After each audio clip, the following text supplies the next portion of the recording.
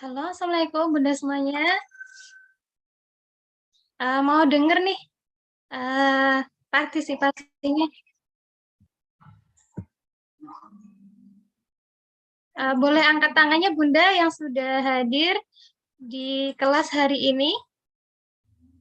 Boleh silakan tinggalkan komentar ya.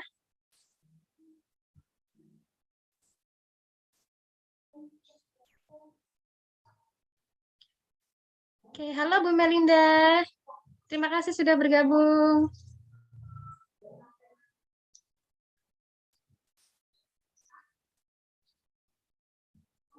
Supaya lebih mudah, saya memanggil nama Bunda semuanya. Boleh username-nya diganti nama panggilan ya.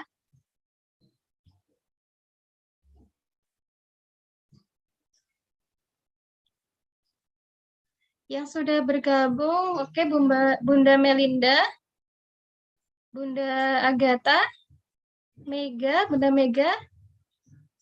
Oke. Sambil menunggu teman-teman yang lain, perkenalkan dulu ya, nama saya Sobihatul Aminah, salah satu relawan konselor menyusui yang hari ini akan menemani bunda-bunda semuanya berdiskusi bersama tentang ASI dan menyusui. Oke, Bunda Tanisa hadir, terima kasih.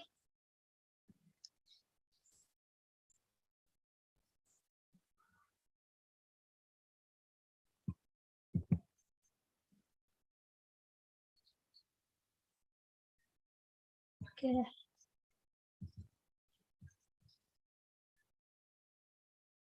Langsung aja ya, kan sambil menunggu teman-temannya karena sudah jam 10 lebih 9 menit. Materi pertama akan kita diskusikan yaitu tentang mengapa ASI itu harus ya. Apa sih pentingnya ASI? Sebentar.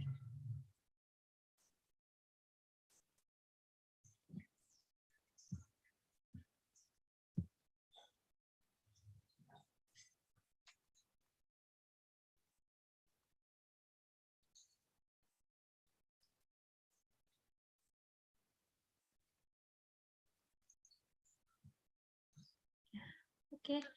Mengapa harus ASI ya? Kira-kira menurut Bunda sendiri, kenapa harus ASI? Boleh ketik di kolom komentar ya, di chat ya. Apakah ASI itu lebih baik? Apakah ASI itu lebih hemat? Nah, itu menurut Bunda seperti apa?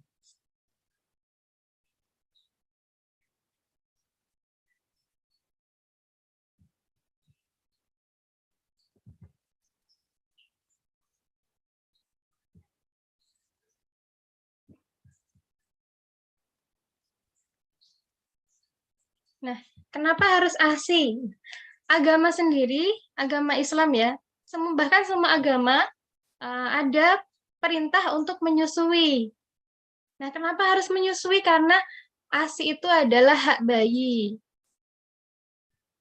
Nah, di sini ada uh, dalil ya tentang perintah menyusui itu menurut Al-Quran. Kemudian ada laporan WHO juga menyebutkan bahwa hampir 9% kematian balita terjadi di negara berkembang dan lebih dari 40% kematian tersebut disebabkan diare dan infeksi. Nah, ini yang ada hubungannya nih. Kenapa harus ASI? Kenapa bukan makanan yang lain? Nah, ini bedanya ya. Kita lanjut dulu ya.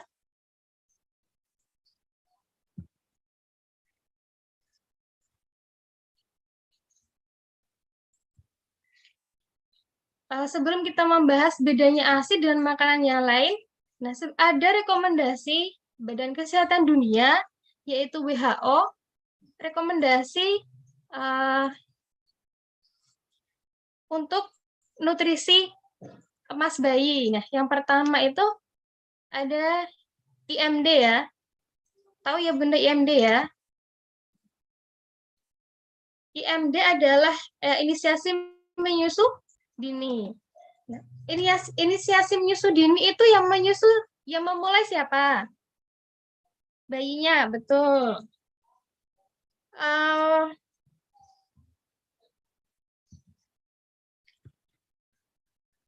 Inisiasi menyusu dini biasanya segera setelah lahir. Nah, ketika bunda menyusui secara normal atau sesar, biasanya bidan atau dokter itu meletakkan bayi bunda ke perut atau dada. Biasanya seperti mama. Kelihatan ya? Seperti ini ya. Dan posisinya ada yang tiduran, ada yang setengah tidur. Sesuai posisi saat melahirkan. Dan inisiasi menyusu dini ini biasanya dilakukan 15 sampai 90 menit. Nah, biasanya ASI ini akan keluar ketika di menit 45 sampai 90 menit, tergantung bayinya. Karena pada saat IMD, bayi itu ada yang tertidur, ada yang mengetuk-ngetuk, ada yang berdiam diri, seperti itu. Lanjut ya. Rekomendasi yang kedua adalah menyusui bayi secara eksklusif.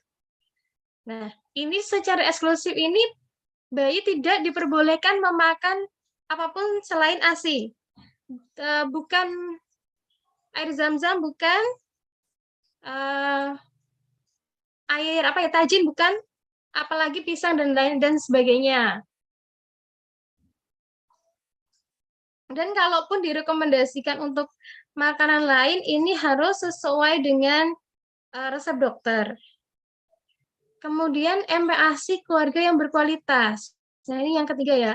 MPASI keluarga yang berkualitas ini maksudnya adalah MPASI yang di homemade, yang sengaja, maksudnya yang ada di sekitar kita, yang dibuat oleh ibu.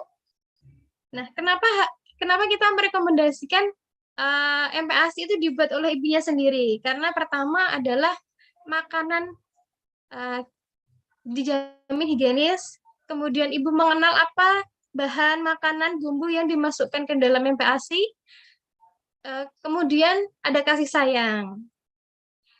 Tapi tidak memungkinkan bahwa ada dokter yang menyarankan untuk MPASI fortifikasi. Namun dari rekomendasi WHO, MPASI tetap direkomendasikan homemade atau dibuat di rumah, seperti itu.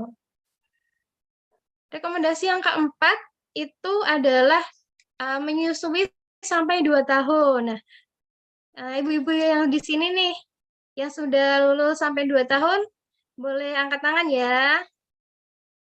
Atau baru mulai menyusui nih. Oke, lanjut ya.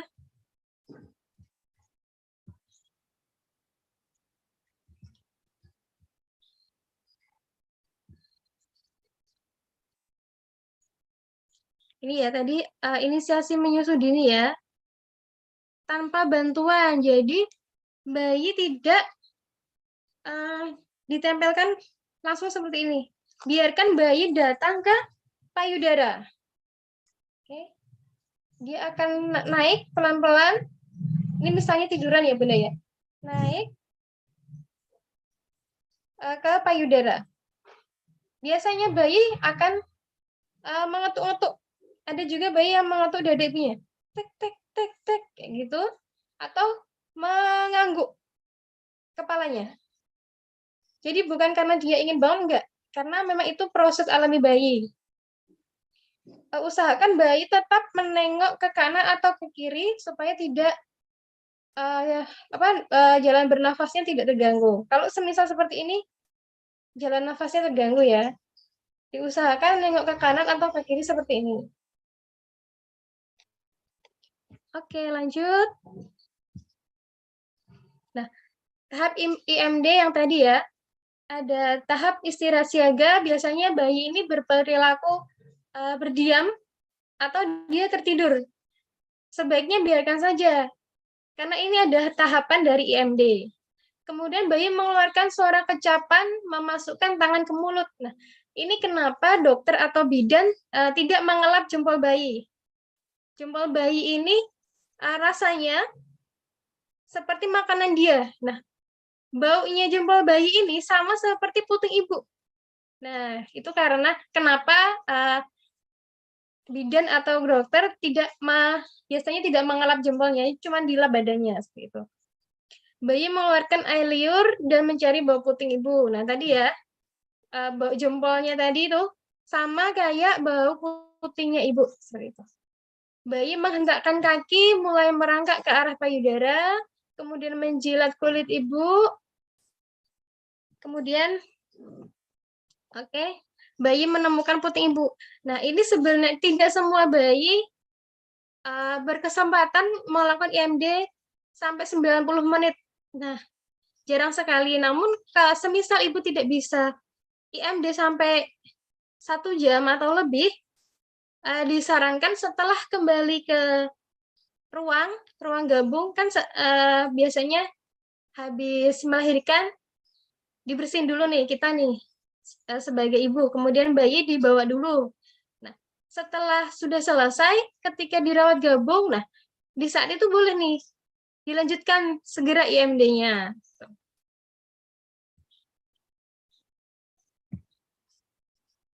Nah, tadi ya, pemberian ASI sampai 6 bulan. Nah, ini tidak boleh diberikan apapun. Air zam-zam, air putih, pisang, madu, itu sama sekali tidak diperbolehkan.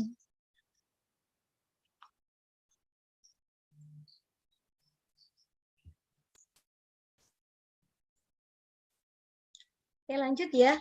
Ada ukuran lambung bayi. Nah, biasanya kalau habis lahiran, itu ada yang merasa asinya sedikit gitu kan ya. Asiku sedikit ya, cuma netes-netes.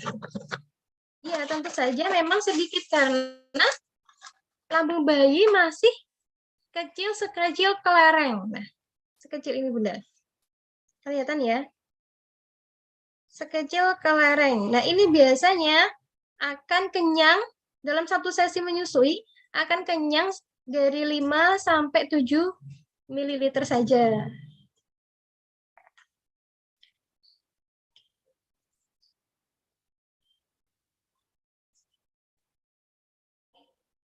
Lanjut ya. Hari ketiga. Nah, hari ketiga itu sebesar kelereng yang besar. Nih ya. Kelereng yang besar. Ini dalam satu sesi bayi akan kenyang ketika sudah terisi ASI 22 sampai 27 ml. Biasanya ya. Oke. Lanjut ya. Hari ke-7. Nah, lambung bayi sebesar bola pingpong. Nah, 45 sampai 60 ml ya.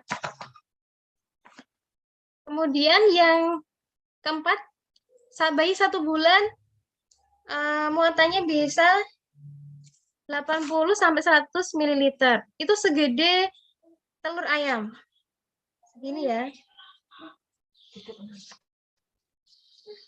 Jadi kalau semisal Bunda pada hari pertama ASINya tidak keluar, nggak masalah. Bayi bisa bertahan sampai 3 hari. Dan usahakan tetap disusukan.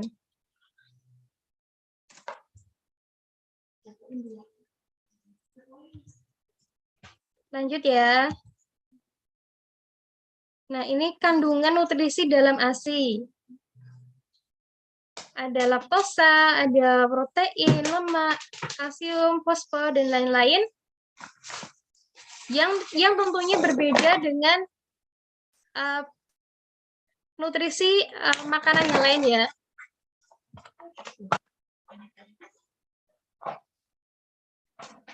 Nah, mengapa harus ASI? Nah, ini juga salah satu alasannya. Kandungan yang pertama, ada antibodinya, Ibu-Ibu. Antibodinya ini buat apa sih? Untuk melindungi bayi terhadap alergi dan infeksi. Kemudian ada sel darah putih, melindungi dari infeksi. Kemudian ada pencaharnya. Nah, ini biasanya terlihat ketika awal bayi lahir, kemudian keluar BAB yang berwarna hitam atau mekonium. Nah, ini adalah sisa-sisa makanan yang ada di dalam tubuh bayi. Kita bisa bantu keluarkan dengan disusukan seperti itu. Kemudian ada faktor pertumbuhan ya, mencegah alergi dan toleransi. Berbeda dengan susu sapi atau susu yang lain. Selanjutnya ada tinggi vitamin, menurunkan beratnya infeksi. Itu ya. Manfaat ASI bagi bayi. Ini boleh dibaca. Kenapa ASI itu ini ya berbeda-beda? Dari ASI usia 1 bulan, 2 bulan, sampai 2 tahun ini berbeda karena mengikuti kebutuhan bayi. Pada saat bayi lahir, ini mungkin ASI lebih encer karena mengikuti pencernaan bayi ya. Ya, anak lanjut. ASI eksklusif meningkatkan kecerdasan. Oke, ini jelas ya. Dan ASI mencegah berbagai macam penyakit.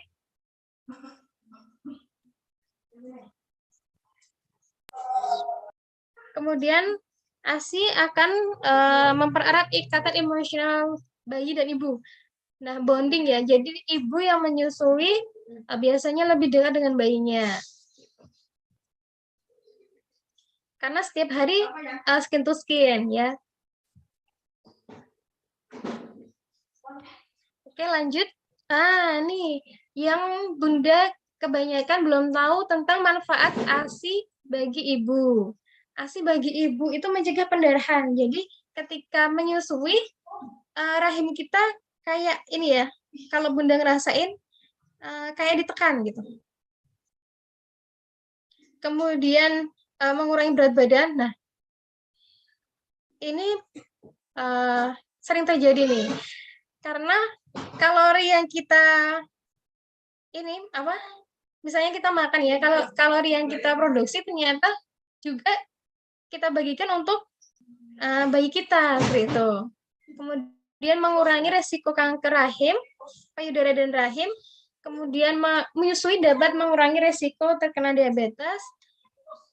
Bisa jadi juga menyusui menjadi alat kontrasepsi alami yang tadi ditekan ya. Karena hormon hamilnya berpindah nih, hormonnya pindah ke hormon menyusui seperti itu. Kemudian praktis dan ekonomis. Nah, ini ya. Kenapa praktis dan ekonomis? Pertama, tidak memerlukan perlengkapan seperti pompa, botol dan sebagainya, langsung disusukan. Kenapa ekonomis? Karena gratis, Bunda. Sudah diracik sendiri oleh Sang Pencipta. Lanjut ya. Keuntungan menyusui, oke? Berbeda dari makanan yang lain, ASI itu gizinya lengkap, kemudian mudah dicerna, melindungi terhadap infeksi ya. Kemudian tadi ya, biaya lebih rendah daripada asupan buatan, kemudian membantu bonding dan perkembangan bayi. Oke, melindungi kesehatan ibu dan menunda kehamilan.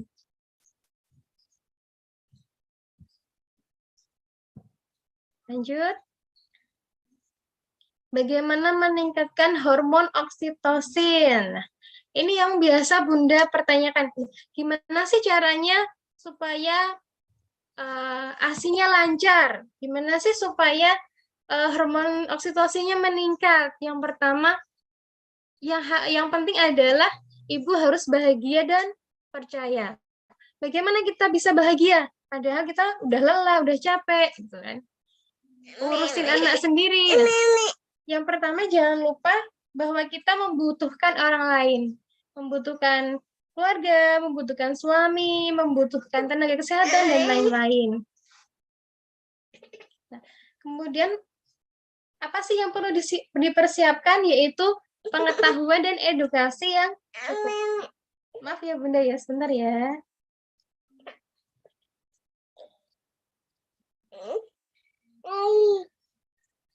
Supaya Bunda tetap terjaga, supaya usahakan Bunda makan juga gizi seimbang. Nah, karena nutrisi ibu hamil, ibu menyusui, itu harus lebih banyak daripada dia sebelum hamil atau menyusui. Karena dibagi dua nih makanannya. Lanjut ya. Melakukan hal-hal yang membuat ibu bahagia. Apapun itu selama tidak membahayakan. Misalnya Bunda suka nonton film nih, film apa, atau Bunda suka nonton drama selama itu masih dalam batasan. Atau Bunda suka minum kopi nih, boleh sih minum kopi asalkan masih dalam batasan. Nah, biasanya kita menyarankan untuk cek dulu nih, ketika minum kopi, misalnya 1 cangkir, nanti reaksi bayinya seperti apa? Apakah dia akan rewel atau nggak bisa tidur, sebaiknya dihentikan. Gitu ya. Kemudian relaksasi atau afirmasi positif. Relaksasi mandiri ya, boleh relaksasi dimanapun yang selama menurut Bunda itu bikin nyaman, rileks. Karena salah satu meningkatkan hormon itu harus rileks. Oke, untuk materi ini selesai, nanti kita lanjut ya materi kedua ya. Penuhi hak setiap bayi untuk mendapatkan manfaat ASI sejak dini. Oke, lanjut.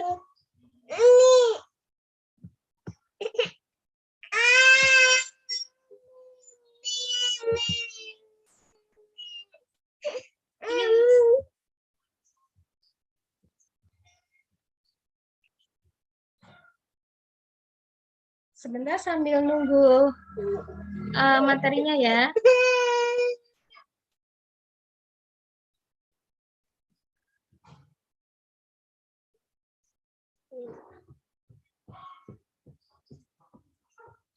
Maaf kalau ada suara bayi ya Bunda ya.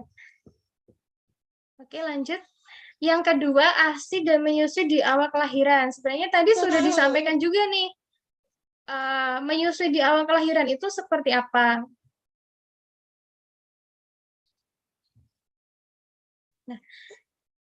Nah, Bunda pasti mendengar atau Bunda pernah mengalami sendiri nih. Kenapa pada saat menyusui atau di awal menyusui kurang optimal nih ASI-nya atau menyusuinya? Itu alasannya katanya nih ya, ada beberapa alasan dari Bunda. Pertama, ASI mungkin tidak keluar.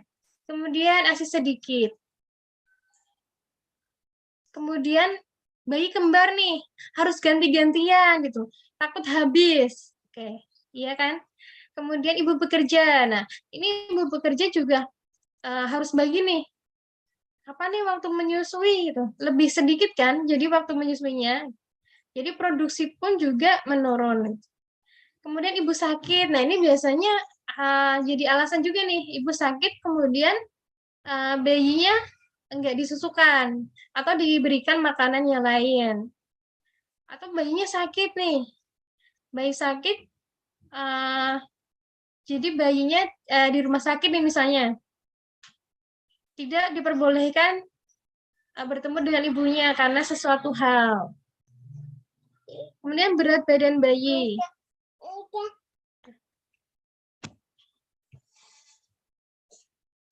Bayi nangis terus. Katanya kalau bayi nangis terus karena lapar, belum tentu ya. Terus alasannya lain, bayi lapar terus. Nah ini karena bayinya merasa lapar terus, bundanya berpikir kalau ASINya kurang, padahal belum tentu ya. Kemudian yang terakhir alasannya adalah malu jika hanya ASI.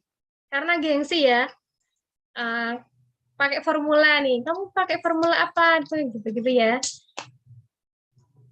Yang sekarang lagi tren. Oke lanjut. Padahal sebenarnya kurangnya pemberian ASI itu pertama karena psikologis ibu. Setelah melahirkan, kondisi psikologis ibu belum pulih seperti semula karena kecapean atau stres, mengurus sendiri atau baby blues. Nah, ini bisa saja terjadi ya. Kemudian kurangnya informasi tentang ASI dan proses menyusui. Nah, tadi ya dikiranya kenapa kok bayinya nangis terus, kenapa bayinya lapar terus, padahal memang ASI itu mudah dicerna, jadi bayi itu mudah lapar. Kemudian kurangnya dukungan keluarga. Nah, dukungan keluarga ini sangat penting karena ketika ibu menyusui, kegiatan ibu di rumah dibantu. Kemudian untuk mendukung menyusui, misal nih ibunya menyusui, ketika bayinya menangis atau rewel, sebaiknya dibantu tenangkan dan tidak seolah-olah meminta atau menyuruh untuk menggunakan yang lain, menggunakan asupan yang lain. Lanjut ya. Mohon maaf agak kata-katanya agak belibet ya. Nanti boleh ditanyakan setelah pemaparan materi ya Bunda ya. Apa yang perlu disiapkan nih sebelum persalinan agar susah menyusui? Yaitu pertama jelas adalah secara fisik. Bahkan sebelum menikah, sekarang wanita atau perempuan disarankan untuk menjaga fisik dengan makanan gizi seimbang dan olahraga. Dan ini sudah direkomendasikan oleh kesehatan juga. Jadi setelah dari remaja, kalau bisa sudah menjaga secara fisik gitu. Kemudian, secara fisik tadi ya, dari asupan nutrisi gizi seimbang, istirahat yang cukup. Nah, ini biasanya jadi alasan nih ketika menyusui, saya nggak tidur. Nah, kapan sih Bunda bisa tidur? Nah, Bunda bisa tidur itu istirahat ketika bayi juga istirahat. Oke. Nah, kalau bayi istirahat, ibunya juga istirahat, yang ngerjain rumah siapa? Nah, tadi kembali lagi ke dukungan keluarga ya. Diskusi bareng, pembagian tugas. Misalnya ayahnya ngapain atau ada yang bantuin seperti itu. Lebih ke pembagian waktu aja. Yang penting karena istirahat yang kurang ini akan mempengaruhi hormon ibu ya. Kemudian persalinan yang nyaman. Sebaiknya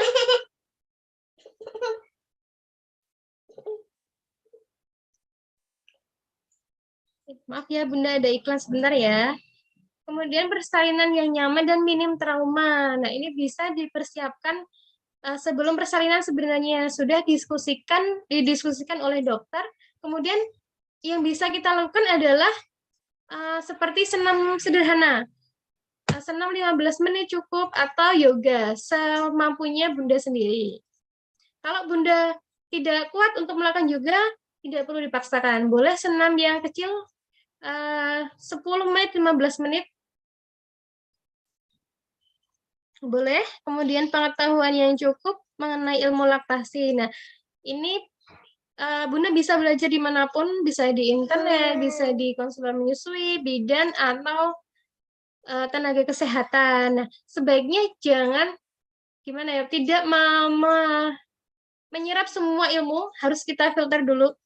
Karena banyak sekali ilmu tentang laktasi ya. Kemudian keyakinan bahwa Tuhan menciptakan bayi yang dilahirkan sepaket dengan makanannya, yaitu ASI. Karena ASI itu adalah, ini ya, menyusui itu adalah alami ya. Sama seperti hamil dan melahirkan. Ini sudah dijelaskan tadi ya, lanjut. Oke. Nah, hormon yang mempengaruhi menyusui itu yang pertama adalah hormon prolaktin. Prolaktin itu bisa kita produksi ketika bayi menghisap atau diperah, artinya dikeluarkan. Artinya dikeluarkan. Ketika bayi menghisap, nah ada nih rangsangan ke otak nih, ASI dikeluarkan. Ada perintah untuk ASI dikeluarkan. Kemudian hormon yang kedua adalah hormon oksitosin. Nah, ini biasanya disebut dengan hormon cinta. Ketika Bunda bahagia, ketika Bunda rileks, hormon ini akan diproduksi. Lanjut. Yuk, kenali bayi kita. Nah, bayi itu kan biasanya perilakunya macam-macam ya, Bunda ya. Tapi kan belum bisa berbicara nih bayi. Nah, kapan ketika bayi berbicara? Dia berbicara melalui tangisan. Atau gerak mulut, gerak mata, seperti itu ya.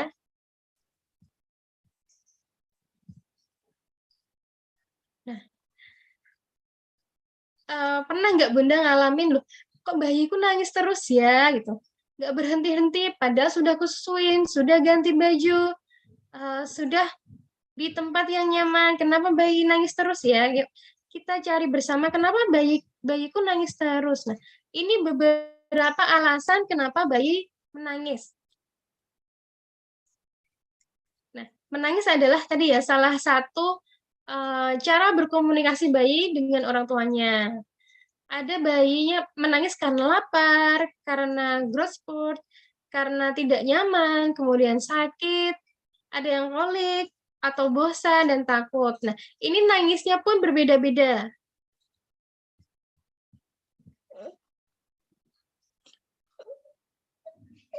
Jadi kalau bayi menangis tidak hanya karena lapar ya Bunda ya, tapi bisa juga karena kepanasan atau kedinginan seperti itu. Kita bisa cari-cari dulu nih. Oh kita misalnya bajunya terlalu gerah nih, kita ganti dulu bajunya.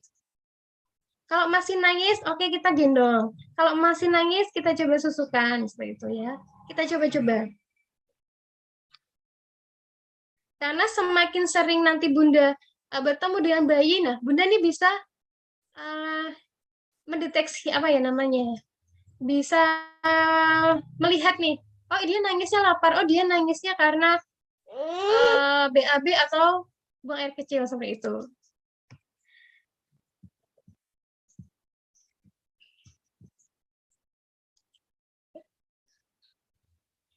Lanjut ya, tanda kecukupan ASI.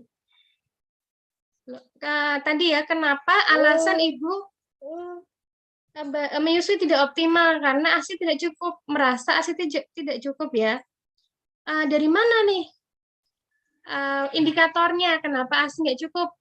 Nah, kita bisa lihat dari BAK-nya atau buang air kecilnya. Paling tidak bayi buang air kecil minimal 6 kali. Tapi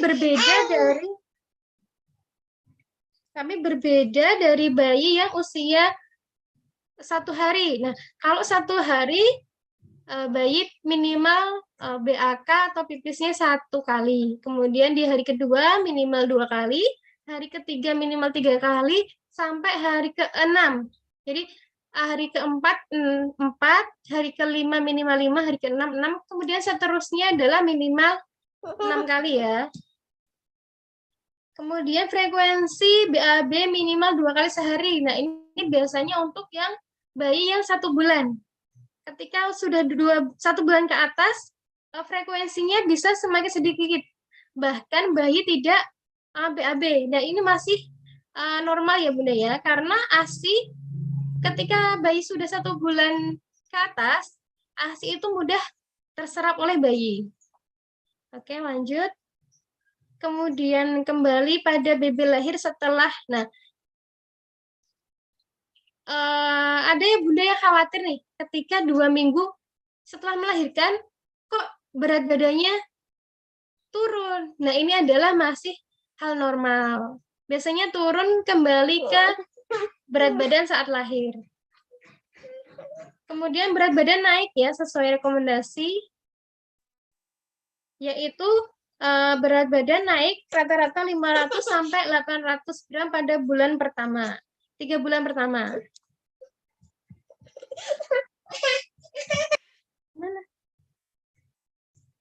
Oke, lanjut ya.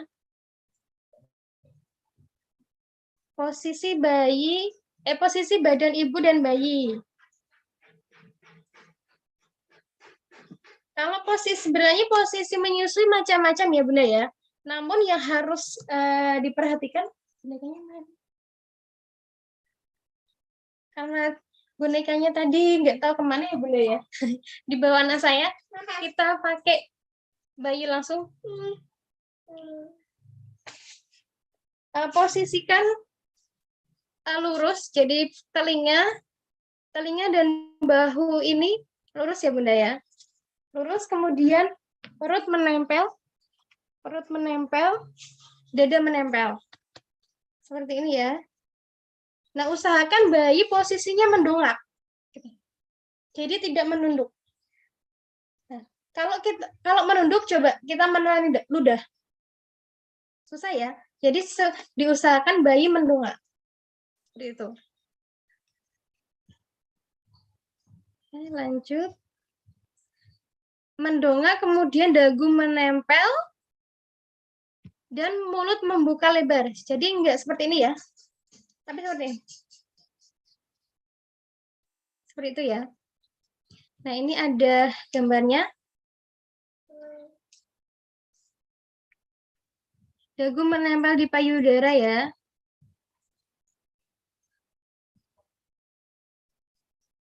Oke, lanjut.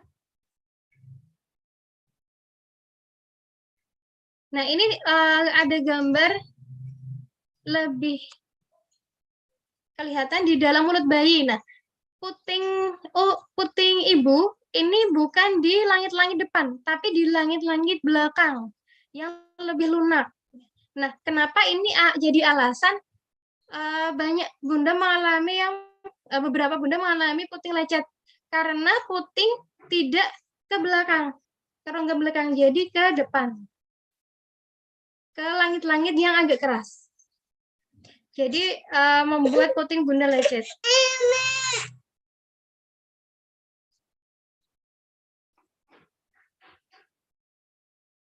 Oh iya. Maaf ya tulisannya. Oke, siap. Kelihatan ya?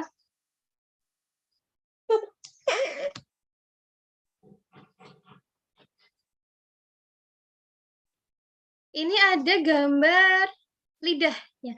Jadi sebenarnya lidah itu memompa, mendorong puting atau payudara ke atas.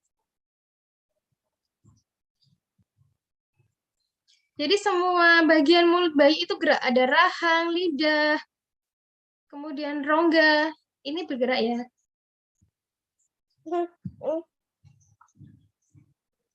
Oke, nah ini bedanya tadi ya.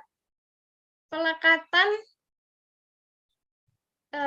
menyusui langsung dari payudara atau dengan media. Kalau dengan media, ini biasanya mulut bayi lebih membuka kecil. Jadi diputing aja nih. Yang gambar di atas ya. Kalau, nah, ini juga kurang pas nih. Nah, yang di bawah ini, yang di payudara, kurang tepat ya Bunda ya. Dia kurang membuka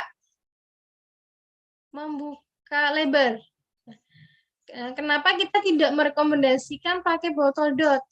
Karena ketika bayi terbiasa dengan botol dot, mulut bayinya juga akan terbiasa. Jadi akan nggak buka gitu. Ketika sudah terpapar dot, kemudian bayi disusukan, nah, dia nggak bisa buka lebar karena terbiasa tadi ya pakai botol dot ya. Dan hisapannya tidak efektif. Jadi hisapannya ASI-nya yang masuk sedikit seperti itu. Lanjut ya. Tipe menyusui bayi menurut IDAI. Jadi sebenarnya ada beberapa tipe bayi menyusui. Nah, tipe menyusui dengan tangan. Kemarin kita masalah MP3 itu sudah clear antara petugasnya. Boleh di-mute dulu Bunda yang suaranya masuk ya. Ada tipe bayi yang memegang puting. Nah, sambil menyusui sambil memegang puting. Kemudian menyusunya kuat. Diam dulu, kemudian dihisap kencang. Ada yang tipe bayi menunggu sampai ASI keluar, dan biasanya bayinya dikira ibu tuh sudah selesai, padahal bayi baru mau menunggu aliran ya. Jadi selama bayi tidak melepas puting, sebaiknya tidak perlu dilepas, biarkan bayi melepas sendiri. Kemudian ada bayi yang menjilat puting dulu nih, dijilat putingnya, atau dia nunggu menetes. Nah, ada juga bayi seperti itu. Nah, ada bayi yang dipaksa tapi dia menolak. Nah, ini hati-hati ya Bunda, ketika bayi tidak lapar, sebaiknya tidak dipaksa untuk menyusui. Karena hal ini bisa menyebabkan trauma pada bayi. Biasanya bayi yang menolak, yang dipaksa menyusu, dia akan menarik kepalanya ke belakang. Kadang juga nangis, kadang juga enggak. Lanjut ya, ada juga tipe yang lebih suka menyusui, maksudnya berhenti ya, beberapa menit kemudian menyusui lagi. Jadi ada jedanya agak lama. Menyusu, kemudian berhenti, menyusu, kemudian berhenti, atau kadang-kadang cepat, gitu, sep, atau ada jedanya lama gitu. Jadi beda-beda. Mungkin Ibu bisa bisa lihat, bisa ngerasain ketika bayi kita nyusunya seperti apa. Nah, ini semoga Bunda nggak jijik ya dengan gambarnya ya. Gimana sih feses bayi ASI gitu? Feses bayi ASI itu berbeda dengan feses bayi susu formula. Kalau susu formula itu kuningnya bukan kuning cerah, kuning biasa. Nah, kalau ASI ini kuning cerah. Ada ini ya yang nomor 3. Biasanya ada biji-bijinya. Nah, ini normal dan ini bagus gitu. Kalau di gambar pertama ini mekonium biasanya keluar di awal kelahiran, 1 atau 2 kali. Kemudian berubah beberapa hari, berubah menjadi kehijauan seperti ini. Yang nomor 2 ya.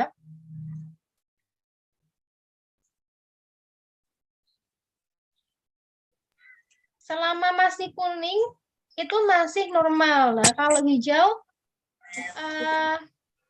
coba disusukan lagi ya kalau masih hijau ya. Tapi masih normal juga. Ya.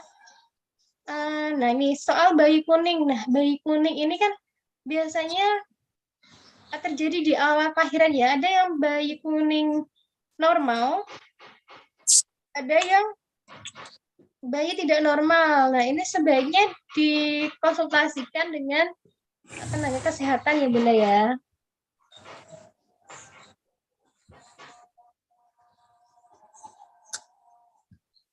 Diputar ke sini.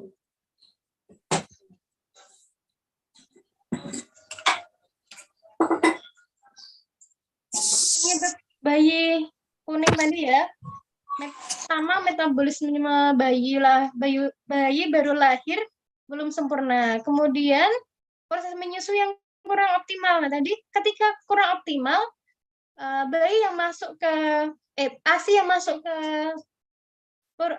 badan bayi itu sedikit. Ya, jadi dia dehidrasi ya. Kemudian terdapat masalah pada sistem organ hati atau saluran empedu bayi. Nah, ini ketika mulai kuning, kita sudah mencoba susukan sesering mungkin. Nah, ketika sudah kita usahakan untuk menyusui sering mungkin dan masih kuning, boleh kita konsultasikan dengan dokter.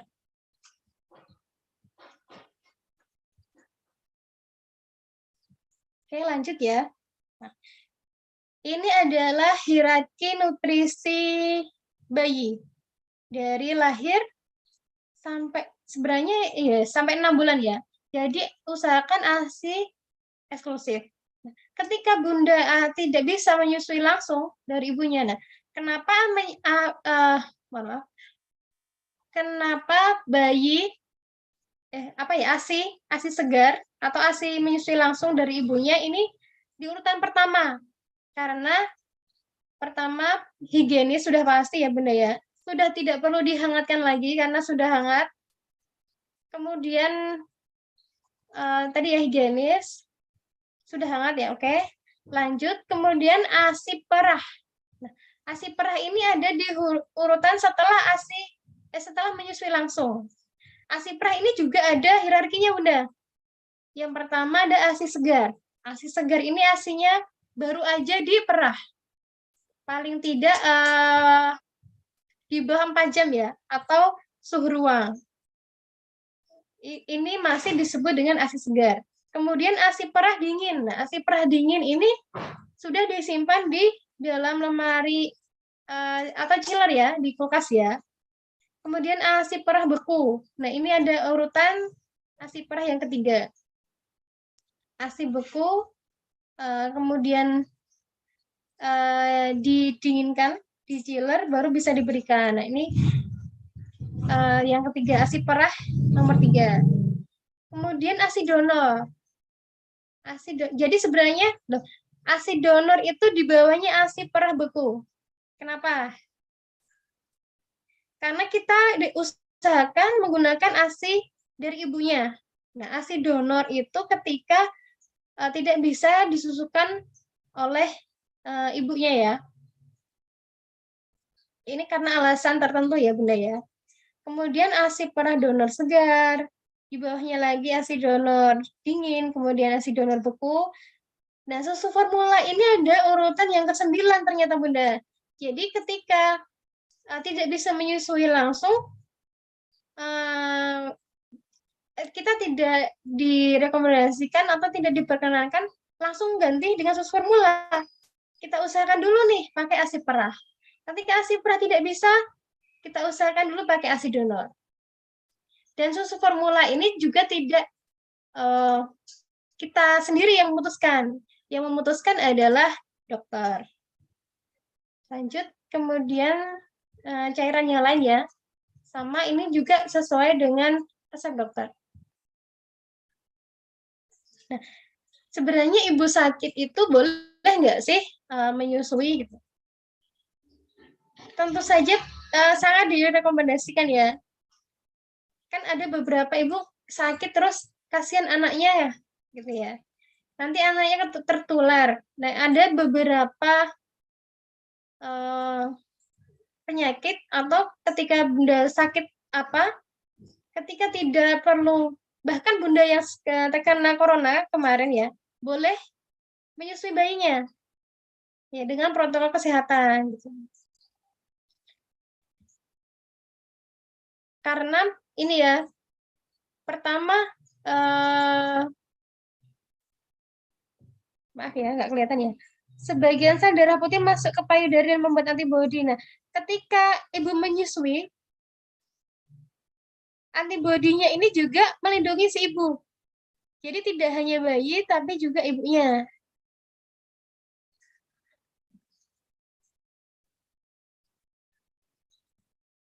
Lanjut ya.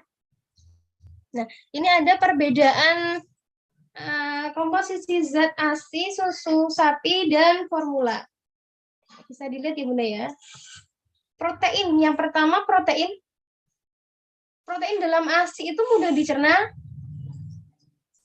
tapi di susu bayi itu proteinnya sulit dicerna. Nah, ini kenapa anak yang minum susu sapi itu kadang BAB-nya keras atau sembelit, atau bayi alergi, seperti itu ya. Kemudian lemak, nah ASI ini mengandung lemak yang esensial ya untuk mencerna ya, untuk pencernaan ya. Kemudian kalau susu sapi tidak ada asam lemak esensial, tidak ada lipase juga. Susu formula hampir sama dengan susu sapi, ada asam lemak esensialnya, namun tidak ada lipasenya. Kemudian karbohidrat, oke, bisa dilihat ya. Karbohidrat di dalam ASI itu banyak laktosa. Kemudian di susu sapi itu sedikit laktosa. Nah, di susu formula ini hati-hati ya Bunda ya, ada laktosa, ada sukrosa. Nah, oke, bisa dilihat, oke. Sebentar. Kemudian vitamin. Nah, vitamin dalam ASI ini bisa berbeda-beda nih, sesuai kebutuhan bayi atau usia bayi, atau sesuai dengan asupan yang didapat oleh ibu. Nah, ada adekuat jika ibu cukup gitu. Kemudian susu sapi ada zat besi, vitamin A, dan C-nya rendah. Kemudian di susu formula, vitamin dan mineralnya cukup. Jadi mana yang terbaik ya? Bisa dilihat ya. Kemudian ada faktor anti-infeksi.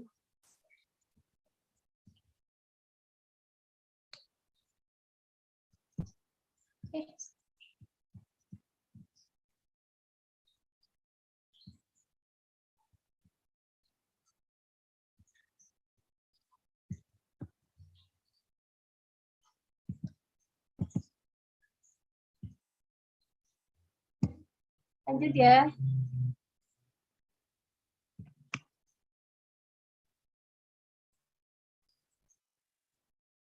Nah, jika ibu mengalami tantangan menyusui, boleh konsultasikan dengan konselor menyusui atau bisa datang ke Sanggar ASI ya Bunda ya. Hubungi admin kita, bisa dilihat di Instagram kami @sanggar_asi. Oke. Maaf agak dipercepat ya, karena waktu kita terbatas. Kalau semisal nanti ada pertanyaan, kita jawab di sini. Kalau saya tidak bisa menjawab, saya akan menjawab di lain kesempatan, seperti itu. Oke, boleh ditulis di kolom chat pertanyaannya Bunda ya.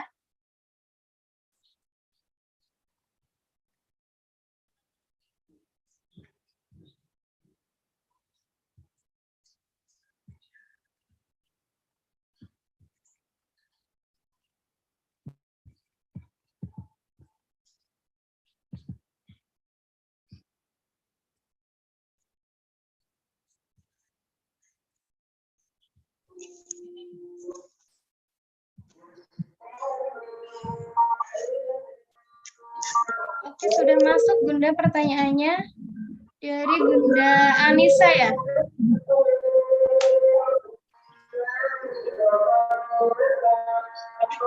Bunda Anissa,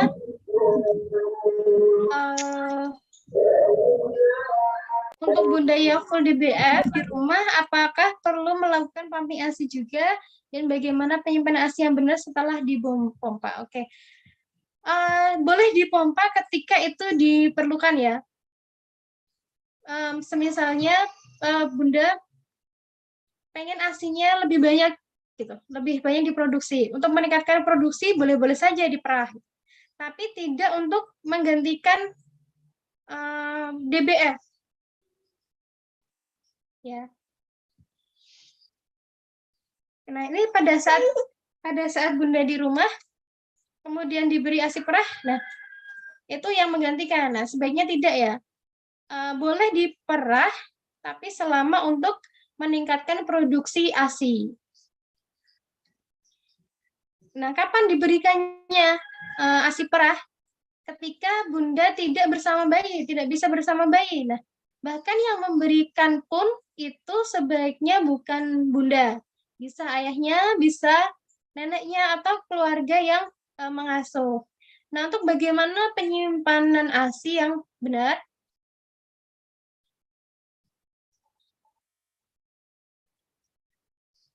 Penyimpanan ASI yang benar, tadi ya ASI segar. ASI segar itu di suhu ruang, itu boleh di bawah 4 jam atau maksimal 4 jam langsung diberikan. Kalau untuk sekitar diberikan 2 sampai 3 hari, kita simpan saja di kulkas bawah. Tuh. Jadi setelah setelah disimpan kemudian ingin diberikan, dihangatkan sebentar, boleh diberikan. Nah, kalau untuk ASI beku, nah ini ASI beku, sebaiknya tidak disarankan langsung ke freezer. Kita simpan dulu ke kulkas bawah, 1 hari ya misalnya, paling enggak 8 jam, boleh kita pindah ke, selanjutnya boleh kita pindah ke freezer. Ketika mau diberikan, nah ini ada 2 cara nih, boleh dipindah dulu ke chiller atau kita diamkan dulu dalam suhu ruang, atau ketika darurat, boleh kita siram dengan, botolnya itu boleh kita siram dengan air biasa. Nah, kalau pada saat mati listrik nih misalnya, nah kita sudah tahu nih mati listrik, oh ASI bekuku masih nih ada di freezer, takut mencair. Nah, kita boleh bungkus dengan kertas yang lebih tipis. Nah, biasanya kita pakai kertas koran, nah itu kan lebih tipis ya. Kalau tidak ada kertas koran, mungkin kertas yang tipis ya, tidak, jadi bisa menutup keseluruhan. Ini sebaiknya ketika di bungkus pakai kertas ini masih ada esnya. Namun kalau sudah mencair seluruhnya, kita pindah ke bawah.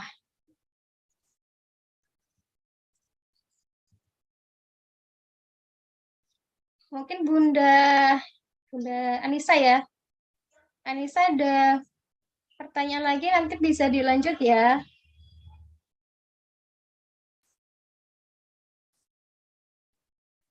Kemudian pertanyaan dari Bunda Novia Kurnia. Jika malam hari, apakah bayi harus disusui juga setiap 2 jam sekali atau bagaimana? Oke, terima kasih Bunda Novi Kurnia. Nah, ketika bayi usia 1 bulan, diusahakan disusui per 2 jam atau paling tidak minimal 12 kali dalam sehari. 12 kali dalam sehari ya. Namun ketika bayi tertidur di malam hari, namun sudah, kenapa banyak namanya? Bayi sudah misalnya udah tidur nih, malamnya lebih lama, 3 jam nih misalnya. Namun pada siang hari dia sudah minum sering, misalnya setengah jam udah minum sering, nah itu tidak apa-apa, diperbolehkan. Nah, selama tidak tidur lebih dari 4 jam. Kalau sudah 4 jam lebih, sebaiknya dibangunkan, Bunda. Nah, karena apa ya, banyak terjadi ini ketika bayi dibiarkan sampai tidur lebih dari 6 jam, khawatir bayi akan kuning ya, atau dehidrasi.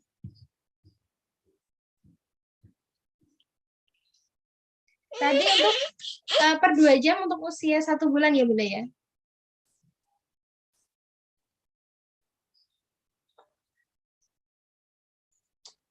Lanjut. Ini Bunda siapa ya? 1, 2, 3, 4, 5. Pertanyaannya adalah Anak saya usia 1 tahun, tetapi anak saya tidak suka minum payudara yang sebelah kiri. Bagaimana cara meningkatkan produksi ASI payudara sebelah kiri sudah berkurang karena tidak disusui? Nah,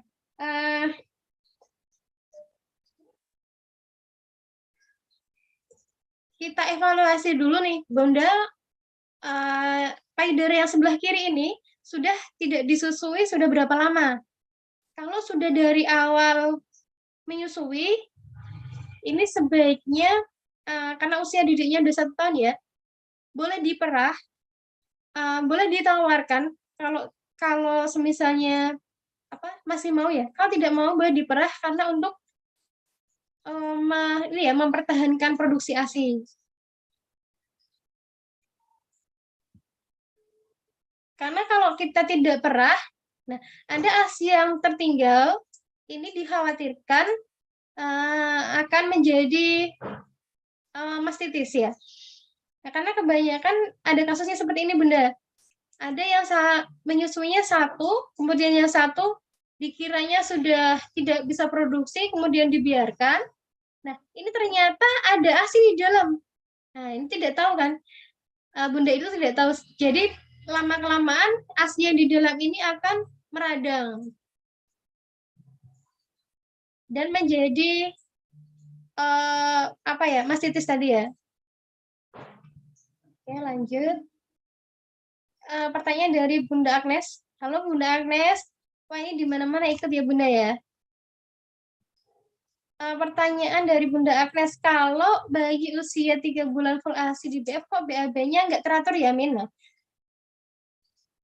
Usia bayi 3 bulan ini tidak apa-apa. Tidak BAB secara teratur. Biasanya malah kadang 5 hari, kadang seminggu, kadang 3 hari. Memang seperti itu, Bunda. Karena ASI itu mudah terserap bayi. Jadi semua nutrisinya itu terserap, tidak ada ampasnya istilahnya ya. Nah ini boleh, kalau di atas satu bulan boleh, nggak apa-apa, masih wajar. Kemudian pertanyaan selanjutnya, kenapa sekarang kalau sedang nenek selalu dilepas jika sedang LDR? Tips biar dia nyaman saat menyusui. Nah, memang kebanyakan bayi itu tidak suka ASINya terlalu deras. Jadi dia ini ya, karena ketika menyusui deras, kan dia tidak bisa mengatur nih Bunda. Jadi belum menelan tapi udah netes dulu gitu misalnya. Keselak, nah ini biasanya juga keselak. Dan otomatis dia akan melepas gitu. Caranya biar nggak LDR,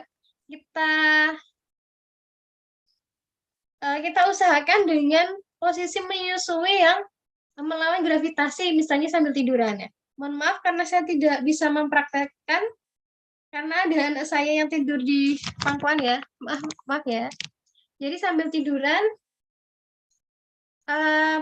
kan ini melawan gravitasi ya. Jadi untuk mengurangi kecepatan tadi. Nah, selain itu, kita juga bisa pakai metode menyusui satu payudara lebih lama. Misalnya yang payudara kanan ini 2 kali atau 3 kali, kemudian ganti yang sebelah kiri. Nah, sebelah kiri lebih lama lagi, 2 atau 3 kali, kemudian ganti. Ini untuk mengurangi produksi ASI. Kita bisa lakukan ini sekitar seminggu ya, tapi nggak bisa langsung. Misalnya langsung dia akan berhenti gitu, enggak. Jadi ada beberapa hari supaya produksinya agak berkurang sedikit, nah baru bisa bayinya menyusui nyaman. Dan saya juga sudah praktekkan ini. Dan coba aja Bunda Agnes susui satu payudara dulu beberapa sesi seperti itu. Kemudian lanjut dari Mbak Salsa. Pertanyaannya adalah, kalau ASI yang mencair karena kulkasnya mati lampu itu bagaimana ya Bun? Tadi sudah saya jelaskan yang di atas ya Bunda Salsa ya. Mencair, nah yang di kulkas atas itu kita lihat dulu.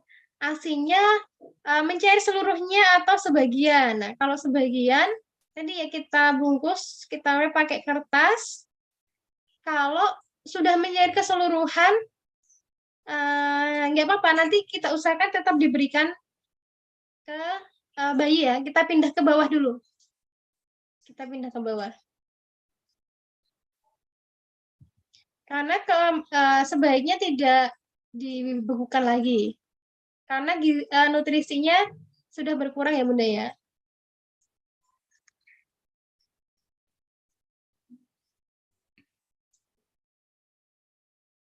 Kemudian lanjut Dian, dari Bunda Dian, bayi 4 bulan dikatakan diare jika BAB berapa kali dalam sehari. Bayi 4 bulan ini ASI ya Bunda ya?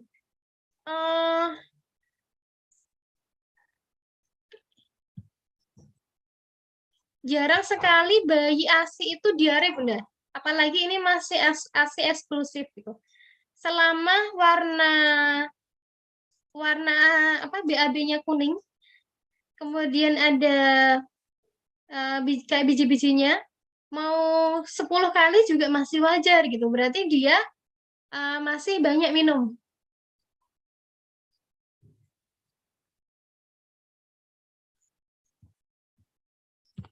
Lanjut. Nah, kalau tadi ya, kalau misalnya BAB-nya warnanya hijau, justru harus dipersering minumnya.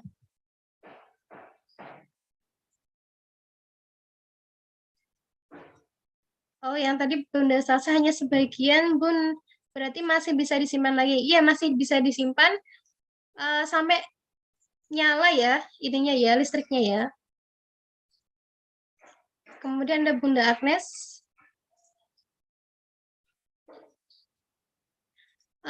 Diperah dulu ya biasanya ya. Nah, ini kalau diperah, sebaiknya tidak perlu banyak, yang penting sedikit aja sampai nyaman gitu. Kalau diperah banyak, nah ini justru akan semakin banyak produksinya. Nah, bayi tetap ASI-nya tetap LDR. Gitu. Kalau diperah dulu ASI yang masuk itu ASI akhir, dia nggak dapat ASI awal. Apa itu bisa menyebabkan BAB-nya nggak rutin juga? Enggak seperti itu juga sih. Jadi kalau diperah ASI awal, jadi ASI awal sama ASI akhir itu kita tidak tahu menit keberapa dia akan keluar Bunda. Boleh diperah sedikit. Kalau misalnya mau diperah untuk disimpan ya untuk disimpan ASI perahnya, itu diperah sampai hampir kosong. Tapi kalau untuk mengatasi LDR, diperah sedikit aja ya. Sampai Bunda nyaman. Dan tidak perlu khawatir bayi tidak mendapatkan ASI awal, dia tetap mendapatkan ASI awal. Jadi ketika Bunda diperah, ini masih ada ASI awal nih Bunda. Sedikit aja ya, tapi ya perahnya ya. Oke, Bunda Dian, iya ASI tadi pertanyaannya Bunda Dian. Oh ya, ASI ya. Selama ASI itu tidak apa-apa. Jadi bayi 4 bulan BAB-nya kuning dan encer, nah justru itu bagus. Berarti ASI ya.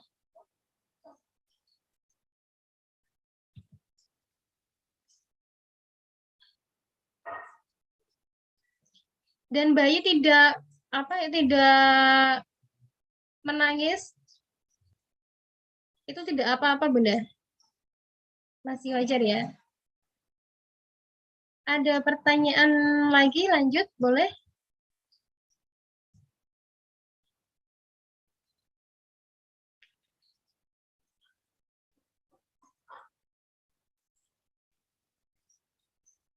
Kalau tidak ada yang bertanya, saya yang bertanya nih Bunda. Oh ya ada ya. Apakah umur menentukan produksi ASI? Maksudnya umur ibunya atau bayinya nih?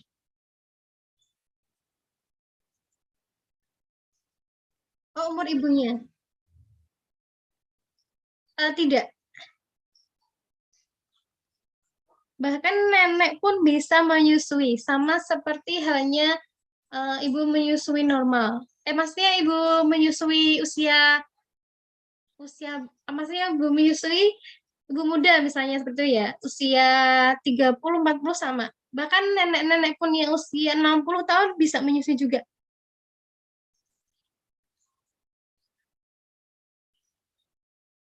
Yang menentukan produksi ASI sebenarnya apa ya Bunda ya? Ada yang tahu? Boleh ditulis di komentar Bunda. Tadi ya produksi ASI ya yang menentukan hormon. Hormon oksitosin sama prolaktin. Selama masih dihisap, ASI tetap berproduksi kok. Bahkan ibu yang tidak menyusui atau tidak hamil ya, tidak melahirkan, itu juga bisa menyusui. Nah, biasanya ini dilakukan induksi laktasi. Ibu yang mengadopsi, dia melakukan induksi laktasi supaya bisa menyusui anak adopsinya. Nah, ibu yang nggak hamil pun bisa menyusui.